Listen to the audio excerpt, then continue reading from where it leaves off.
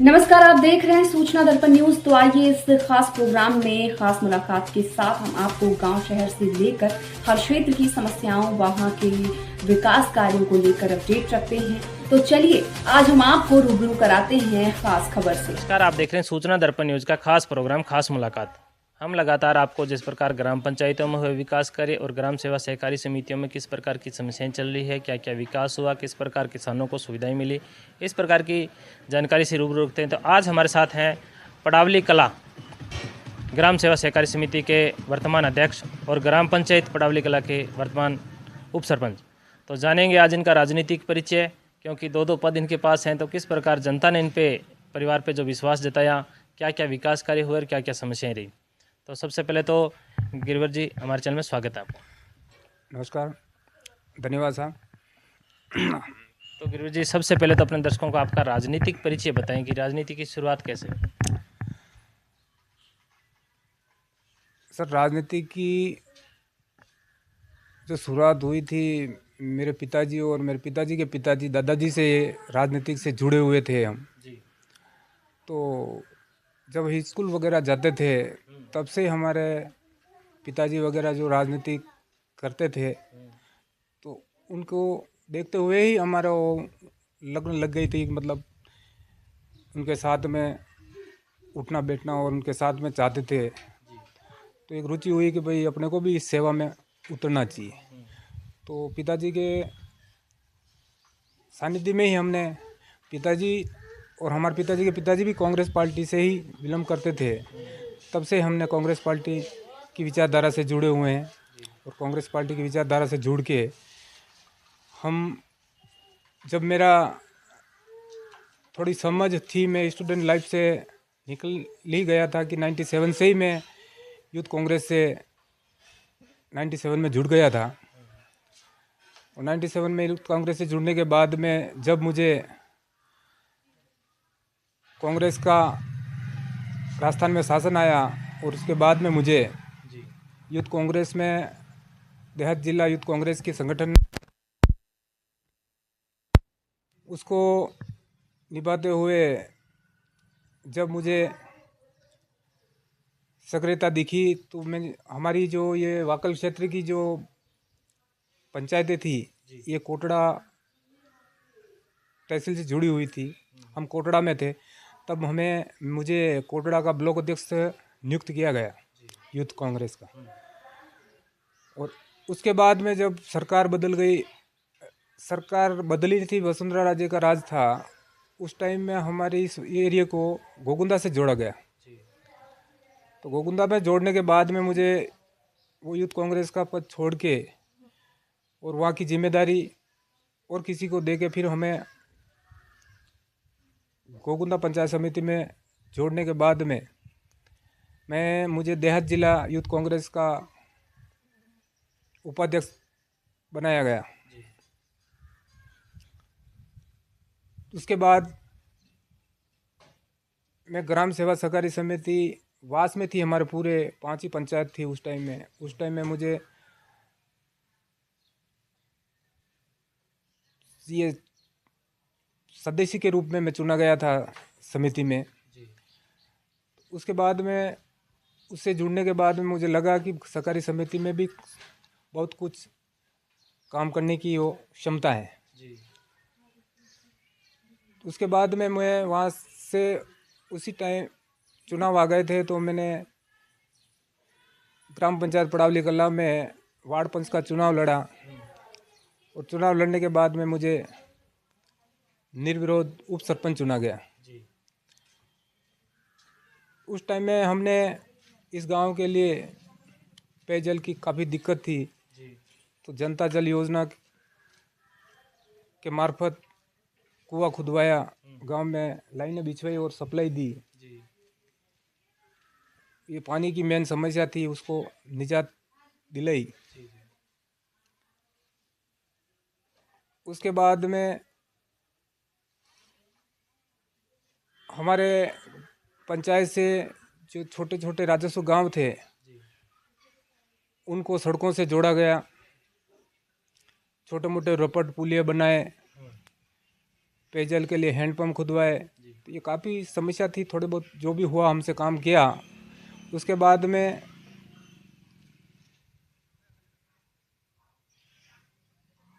मैंने चुनाव पाड़ पंच का लड़ा, मगर कुछ वोटों से मैं रह गया। उसके बाद वापस मैं इस टाइम में मेरे वार्ड से जब निर्विरोध चुना गया वार्ड पंच, और फिर निर्विरोधी में उप सरपंच चुना गया। उसके बाद में हमने जल जीवन मिशन के तहत एक कुआं और एक टंकी का निर्माण और करवाया। रोजगार गारंटी के तहत काफ़ी सड़कें, रपट, पुलिया बनवाई।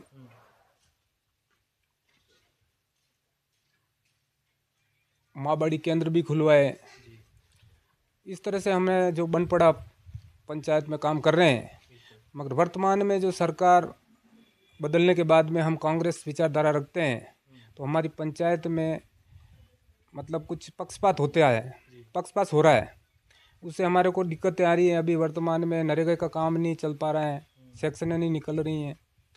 फिर भी हम कर रहे हैं कोशिश। अगर इस तरह से रहा तो हम धरना आंदोलन भी करके लोगों के साथ काम करने की क्षमता रखेंगे, और आगे भी हम इस सरकार से लड़े लड़के काम लाएंगे। बात करें गिरिवर जी, जिस प्रकार आपके पास में एक ग्राम सेवा सहकारी समिति यानी कि किसानों से जुड़ा हुआ पद भी है, अध्यक्ष पद, तो कहीं ना कहीं किसानों की मुख्य रूप से क्या क्या समस्याएं रहती हैं? देखिए सर, किसानों की यहाँ पे छोटे किसान हैं, मुख्य रूप से यहाँ पे सिंचाई के लिए इनके पास सुविधाएं नहीं है।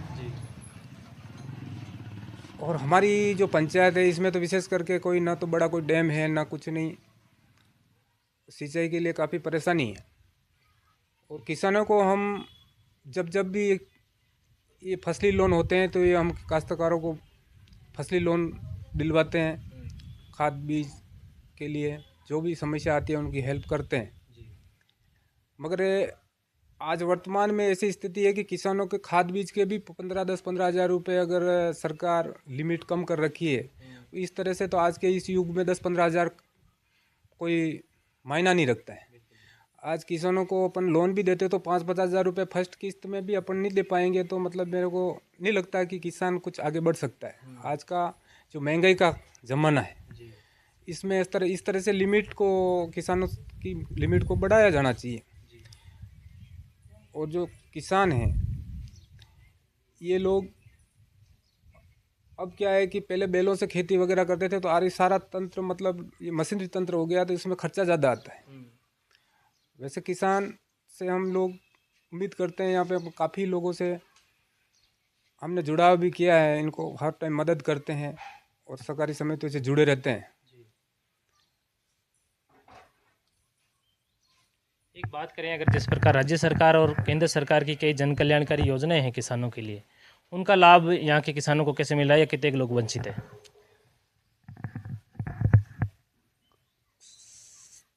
सेंट्रल गवर्नमेंट का और राज्य सरकार का लाभ, जैसे मेड़बंदी है या अन्य जो योजनाएं हैं किसानों समिति के माध्यम से, या वैसे जैसे मतलब निरंतर जो मिल रहा है राज्य सरकार को? हाँ जी, देखो सर, अब किसानों को जो चीज़ भारत सरकार जो चीज़ें दे रही है मशीनरी रूप में, सब्सिडी के सब्सिडी की बात करें तो ये एग्रीकल्चर डिपार्टमेंट के माध्यम से इनको मशीनरियों के लिए या कल्टीवेटर है, ट्रैक्टर है, इनके लिए जो सब्सिडियाँ दे रही है सरकार की, तो ये लोग तो ले रहे हैं, किसान इसका फ़ायदा भी ले रहे हैं और ये लमसम ठीक मिल रहा है। राज्य सरकार का मामला है तो इस सब्सिडियों में कुछ राज्य सरकार का भी हिस्सा बताते हैं, इनका भी हिस्सा रहता है। मगर जो ये चीज़ की जानकारी किसानों को होनी चाहिए, वो जानकारी नहीं मिल पाने से ये किसान इनका बेनिफिट नहीं ले पा रहे हैं।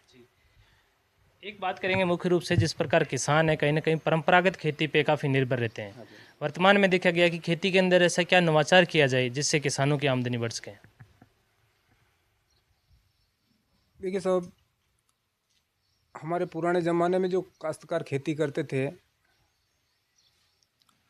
उसी युग में अपने को जाना पड़ेगा। आज जब अपन रासायनिक खेती, रासायनिक वापर रहे हैं, हद तक उनकी आमद बढ़ती, टाइम ज़्यादा होने के बाद में इसकी आमद घटने लगी है, क्योंकि रसायन ज़्यादा होने से खेती का जो वो उपजाऊता है वो कम हो गई। तो मुझे लगता है कि भाई अब अपने को इस एग्रीकल्चर में